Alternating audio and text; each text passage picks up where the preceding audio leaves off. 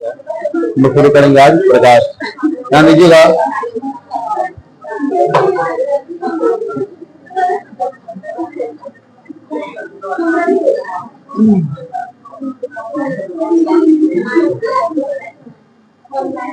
हल्ला नहीं करो।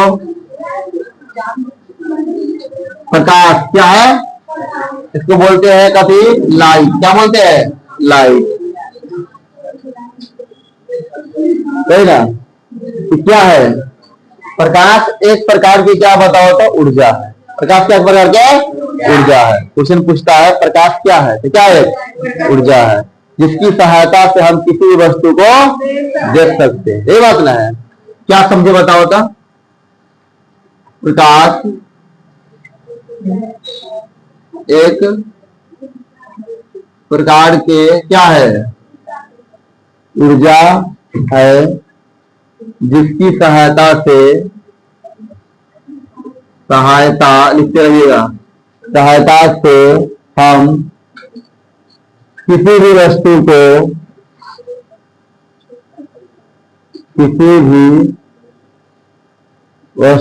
को क्या करते हैं? देख पाते हैं।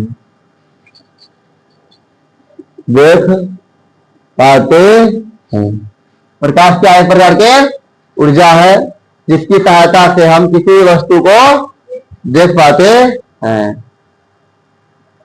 बताइएगा प्रकाश कैसा तरंग है? विद्युत चुंबकीय तरंग है। प्रकाश कैसा तरंग है?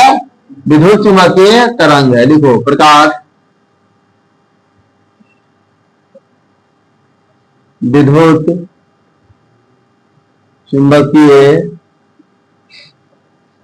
चुंबकीय तरंग है। प्रकाश कैसा तरंग है? विद्युत चुंबकीय तरंग है। बताइएगा यह किस तरंग के रूप में गति करती है? अनुप्रस्थ तरंग के रूप में। कहते हो अनुप्रस्थ तरंग के रूप में गति करती है। कौन? प्रकाश। लिखो प्रकाश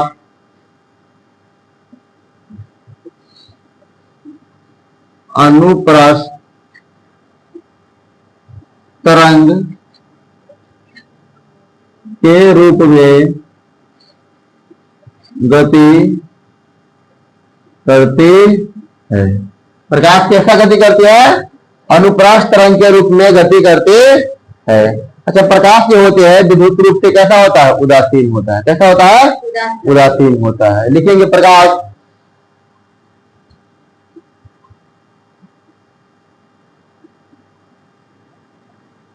विद्युत रूप से उदासीन होता है। प्रकाश विद्युत रूप से कैसा होता है? उदासीन होता है। बताइएगा प्रकाश की चाल सबसे अधिक कहां रहता है? निर्वात में। कितना कहां रहता है? निर्वात में। लिखेंगे प्रकाश की चाल सबसे अधिक कहां रहती है? निर्वात में रहती है। प्रकाश की चाल सबसे अधिक निर्वात में रहती। कितना रहता है? 3 × 10 के पावर 8 मीटर पर सेकेंड। तो 1 सेकेंड में 3 × 10 की पावर 8 मीटर पर सेकेंड से गति करती है। ठीक ना?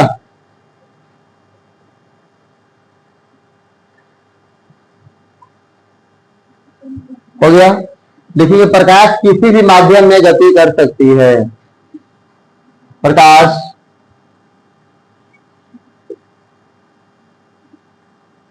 किसी भी माध्यम में गति कर सकती है। प्रकाश किसी भी माध्यम में गति कर सकती है। बताइएगा जल के अंदर जो होते हैं 20 मीटर गहराई तक सूर्य के प्रकाश जाता है। जल के अंदर कितने मीटर तक हो? 20 मीटर नहीं, 200 मीटर। कितना है? 200 मीटर। देखो प्रकाश जल के अंदर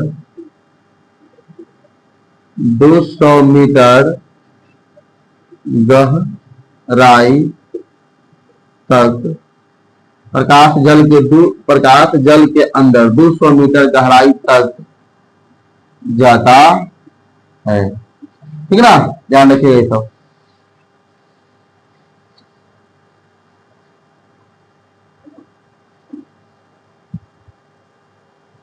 अब लिखेंगे प्रकाश के परावर्तन। प्रकाश के परावर्तन,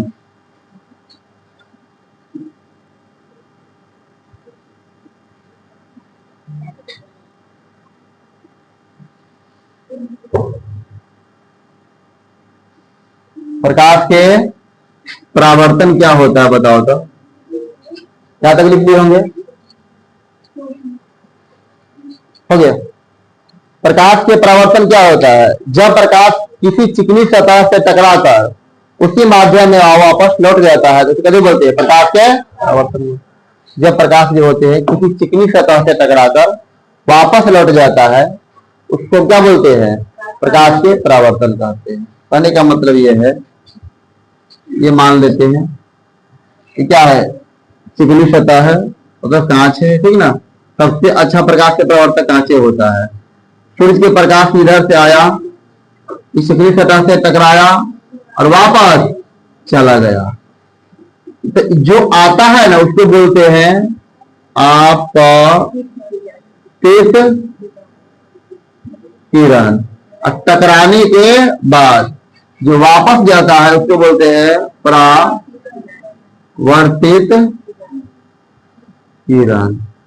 आपतित किरण और परावर्तित किरण और के बीच जो लंब होता है उसको बोलते हैं अभिलंब। कैसे बोलते हैं? अभिलंब।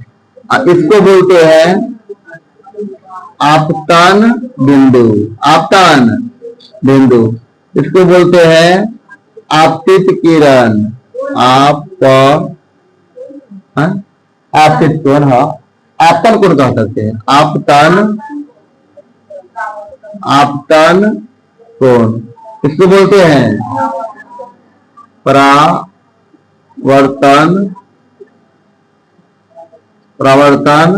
कोण, ठीक ना। आपतन कोण को बोलते हैं कोण आई, परावर्तन को बोलते हैं कोण आर। कोण आर समझ में आएगा?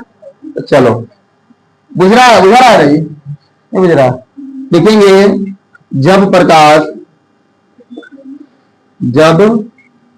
प्रकाश किसी चिकनी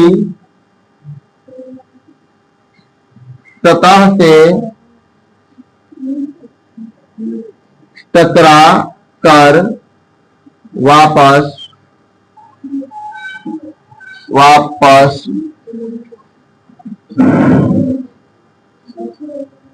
उसी माध्यम में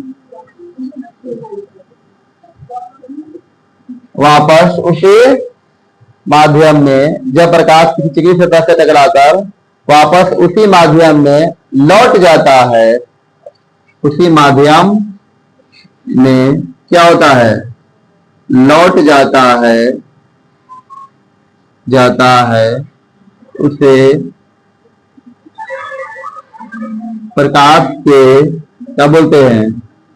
परावर्तन कहते हैं। इसे क्या बोलते हैं? प्रकाश के परावर्तन कहते हैं। इसके नीचे इसकी उतारेंगे, ठीक ना।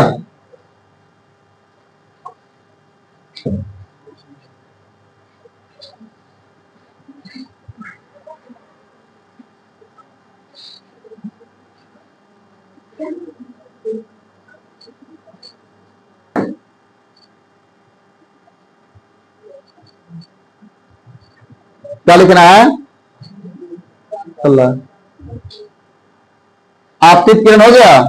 ये क्या होता है बताओ? होता है जब प्रकाश किसी भी स्रोत से आता है उसको हम लोग बोलते हैं आपतित किरण। ना समझे बात? जब प्रकाश किसी भी स्रोत से आता है तो उसको भी बोलते हैं आपतित किरण। या ये भी बोल सकते हैं किसी भी स्रोत से आने वाली किरण को आपतित किरण कहते हैं ना। किसी भी स्रोत से अब किसी भी स्रोत मतलब है जरा, चाहे सूर्य के प्रकाश हो, चाहे टॉर्च के लाइट हो, किसी चाहे दिया हो, दीपक हो, कुछ होते हैं ना धन्यवाद। मतलब कि क्या समझे, किसी भी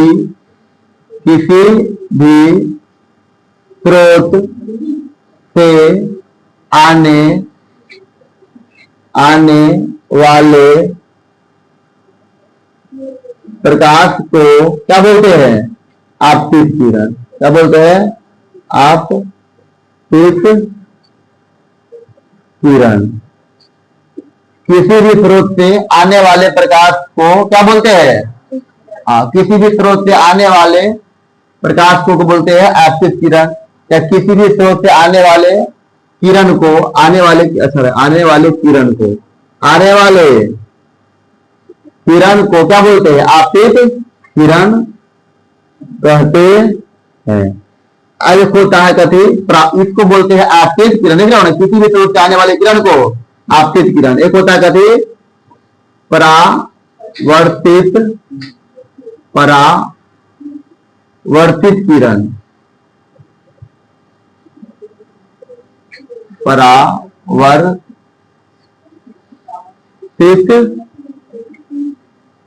किरण क्या समझे, किसी चिकने सतह से टकराकर लौटने वाली किरण को परावर्तित किरण कहते हैं। कभी बोलते हैं परावर्तित किरण कहते हैं। मतलब जो परावर्तन के बाद, कहते हो परावर्तन कहते हो ना, टकराने के बाद, मतलब परावर्तन के बाद लौटने वाली किरण को क्या बोलते हैं, परावर्तित किरण कहते हैं। मतलब कि परावर्तन के बाद, परावर्तन के बाद लौटने वाले किरण को क्या बोलते हैं, परावर्तित किरण कहते हैं। किरण कहते हैं, ठीक ना, समझ आ रहा है। बताइएगा। अब होता है कहते आपतन बिंदु। क्या होता है, आपतन बिंदु। क्या होता है आपतन बिंदु, परावर्तित किरण और आपतित किरण को अलग करने वाले काल्पनिक रेखा को क्या बोलते हैं, आपतन। बोलो ना, अभिलंब बोलते। क्या बोलते हैं, अभिलंब। एगो अभिलंब लिख दे दो, अभिलंब। अभिलंब समझ आ रहा है। आपतित किरण और परावर्तित किरण के जो अलग करने वाली जो काल्पनिक रेखा होता है, उसी को हम लोग बोलते हैं अभिलंब। तो लिख लेंगे आपतित किरण, आपतित किरण एवं परावर्तित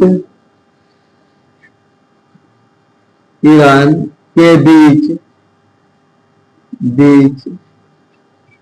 आपतित किरण एवं परावर्तित किरण के बीच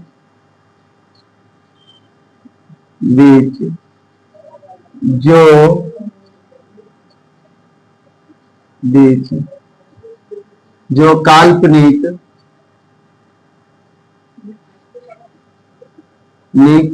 रेखा होता है, उसे क्या बोलते हैं, अभिलंब कहते हैं। अभिलंब कहते हैं। या ऐसे कह सकते हैं, आपतन बिंदु पर डाले गए लंब को अभिलंब कहते हैं ना। या आपतन बिंदु पर डाले गए लंब को क्या बोलते हैं, अभिलंब कहते हैं। अभिलंब कहते हैं, समझा जा रहा है। आपतन बिंदु पर डाले गए लंब को अभिलंब कहते हैं। कोई डाउट है,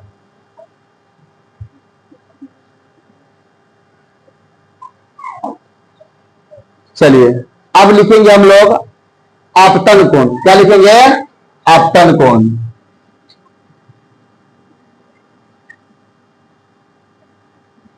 आपतन कोण इसको बोलते हैं कथी, कोण आई ना। लिखेंगे आपतित किरण, ठीक, किरण एवं अभिलंब के बीच जो कोण बनता है, जो कोण बनता है उसे कैसे बोलते हैं? आपतन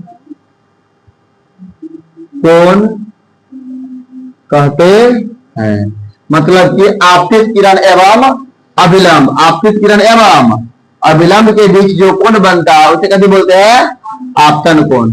आपतन कोण को कैसे सूचित करते हैं? कोण आई के द्वारा। कौन हो? आई के द्वारा, ठीक ना। एक होता है कथी, बोलो, आपतन कोण। एक कथी होता है? परावर्तन कोण। परावर्तन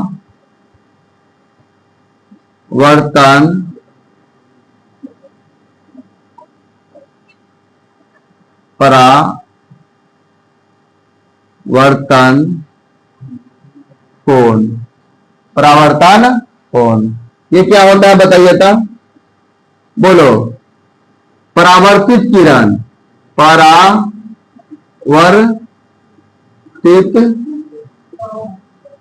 किरण एवं अभिलंब के बीच डाले गए, अभिलंब के बीच जो कोण बनता है उसे क्या बोलते हैं? उसे क्या बोलते हैं? परावर्तन कोण। उसे परावर्तन कोण कहते हैं। परावर्तन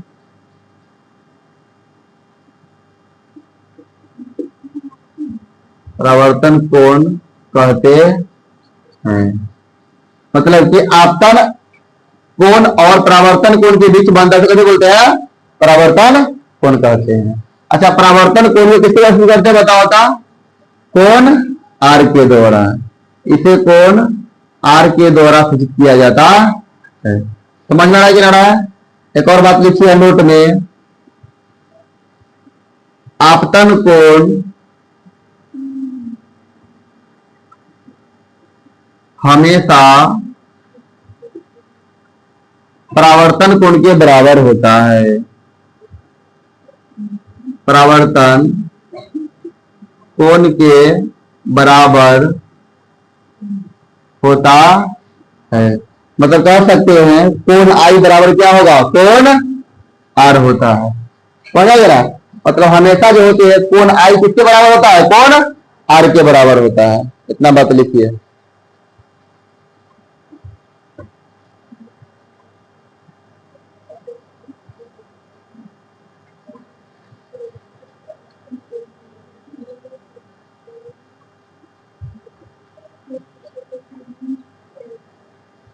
हो गया?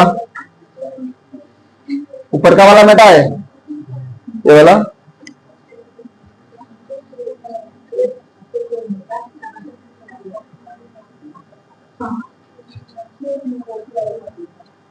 देखिएगा, 40 डिग्री के कोण पर एक किरण,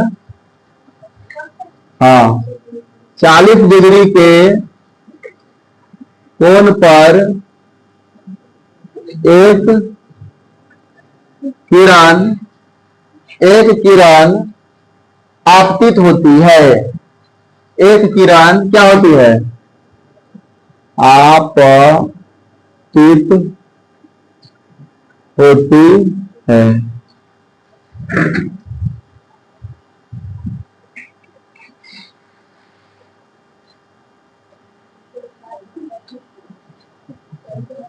देखिए, तरह 40 डिग्री कोण पर एक किरण आपतित होती है, तो मतलब क्या करना है? देखिए, ऐसा ही ना है।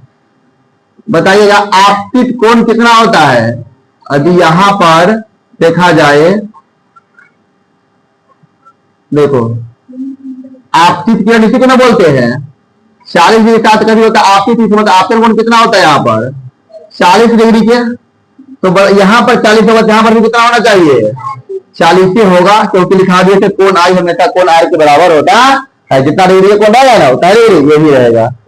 तो बताइए क्या दिखा रहा है, परावर्तित किरण के बीच कितना कोण बनेगा, मतलब आपतित किरण और परावर्तित किरण ना है, ये आपतित किरण हुआ इकट्ठे या परावर्तित किरण, दोनों के बीच में कितना कोण बनेगा, 80 डिग्री। क्या बनेगा, 40 और 40, कुल कोण कितना हुआ, कुल बनेगा आपका 40 प्लस 40 बराबर 80 डिग्री के। इसका आंसर क्या बनेगा आपका 80 डिग्री के। समझ में आया कि नहीं? दूसरा क्या है बताओ था, एक किरण तल के साथ 35 डिग्री कोण बनाती है। देखो हम इसी प्रकार से अति देना है, तल के साथ मतलब ये तल है ना, कौन तल, ये वाला तल, इसको बोलते हैं तल, ठीक ना। तल के साथ कितना कोण बनाती है, तो ये बनेगा आपका 35 डिग्री कोण बनाती है।